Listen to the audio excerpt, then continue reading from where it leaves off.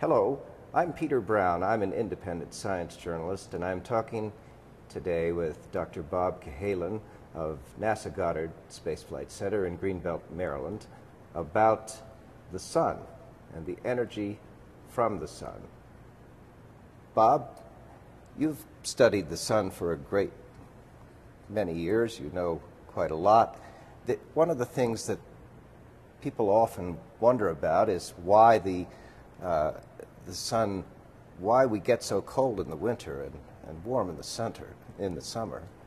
Well, people know that this Earth orbits around the sun, and it goes almost in a circle, but it's slightly closer to the sun part of the time and further away part of the time. Oh, that must be the reason then. Many people think that we're further away in the winter, but actually it's more the tilt of the Earth. The Earth is rotating and spinning, and it's tilted as it goes around. And when it's tilted toward the sun for the northern hemisphere, we get summer because the sun is high in the sky and the days are longer. In the wintertime, we're tilted away and the sun appears lower in the sky and we get shorter days. And so it's more the tilt than the distance. So that's why I go out to the beach and can get fried in June, and I can stay all day in January and not worry about it. Yes. But so it's really the tilt and the orbit. Mm-hmm. How much energy do we get from the sun? We get a lot of energy, but what happens to it?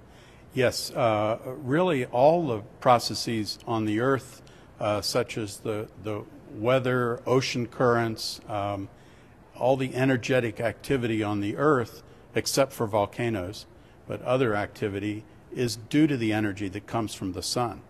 And about half the energy that the Earth absorbs gets to the surface of the Earth, and about half of that goes into evaporating water that forms clouds. And so the greatest amount of energy kind of powering the Earth system is solar energy. So we get our weather, most of our weather comes from the sun.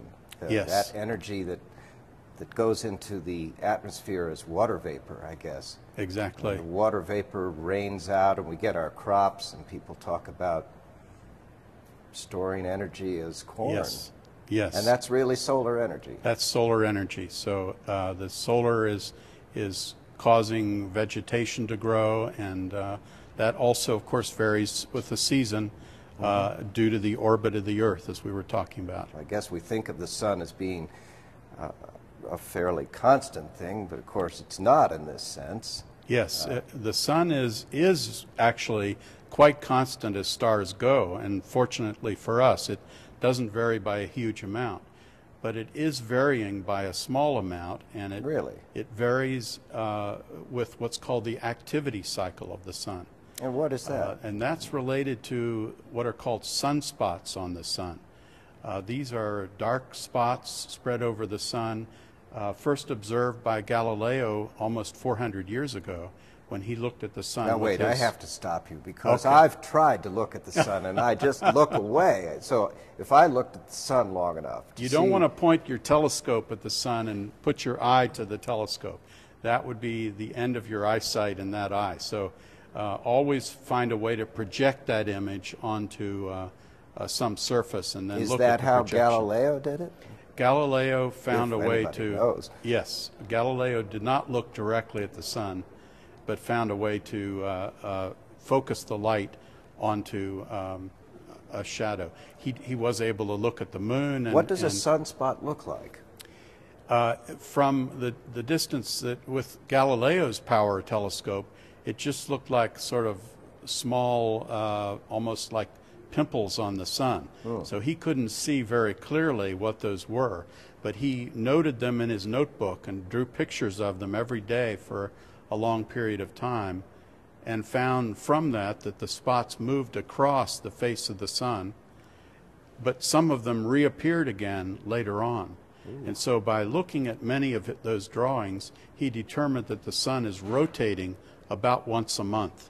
Now you said that sunspots indicate that the sun is actually changing. Yes. I can see that rotating sun is changing, but does it actually change its energy output from time to time? Yes.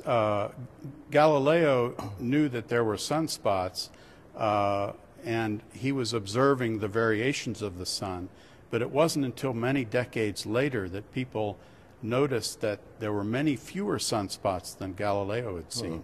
So for several decades, there was a period when the sun was very inactive. And then the sun became active again. And its activity period is about 11 years. So every 11 years, we see many sunspots. And in between that 11-year activity, there are fewer sunspots, many fewer. Now, I know that astronomers are the first timekeepers. Things are very regular. Day and night and the seasons. These are pretty regular then too. 11 years exactly, is that right? No, it can vary from as short as 8 years to maybe as long as 13 or 14 years. So the period is always in that range, but it can vary. And then the number of sunspots seen at the maximum also varies quite a bit. So why is all this happening? Why are we getting such non-periodicity? And why do we get sunspots at all? The sun is a highly complex magnet of charged particles that's rotating. And it's a very complex, chaotic system that's difficult to forecast. But like many nonlinear systems, our Earth's weather is another nonlinear system. When you say nonlinear, I know the sun is a round thing, but that's not what you mean. No, I mean that if things are more active than when they're quiet, the effect of that activity is not always the same. So you really can't predict it like in a nice straight line, I guess is what you mean. Yeah. As a simple ratio or something like that. Exactly. So just simple fractions aren't enough to kind of predict how the sun's activity will be the next time. So are we in an active time now? Now we're in an unusually inactive time, and we expected the solar activity to be increasing about a year ago or more. And so for the last year, we've been waiting for the sun's activity to start up again. The next maximum was expected to be in about 3 years, and so it takes time to build up to that. I thought astronomers could predict what happens in the heavens. Well, we have an idea of what's going to happen, but it's like weather, that it doesn't always work out as we predict. We very much want to understand how to forecast the solar activity so that we can better understand how it's impacting the Earth. Well, I know the sun affects me when I want to decide what to wear and the weather on Earth. But does the sun actually have any effects on the Earth other than just heating and cooling? Yes, and in fact, the sun creates a layer in the atmosphere called the ozone layer. And ozone is where some of the ultraviolet rays from the sun come. These are the rays that cause our sunburn to happen on our skin. Oh, I remember that we had an ozone hole a few years ago. Yes. Over Antarctica, I think Exactly. it was. And we were worried about getting fried and Yes. getting cancer on... Exactly. So the sun is creating the ozone layer, and when the sun is more active, there's a thicker ozone layer, and less active sun, it's thinner. But the temperature in the ozone layer also changes, also affects the amount of ozone. So we're trying to forecast the changes in the ozone layer because it affects our health, and the sun is having an influence there.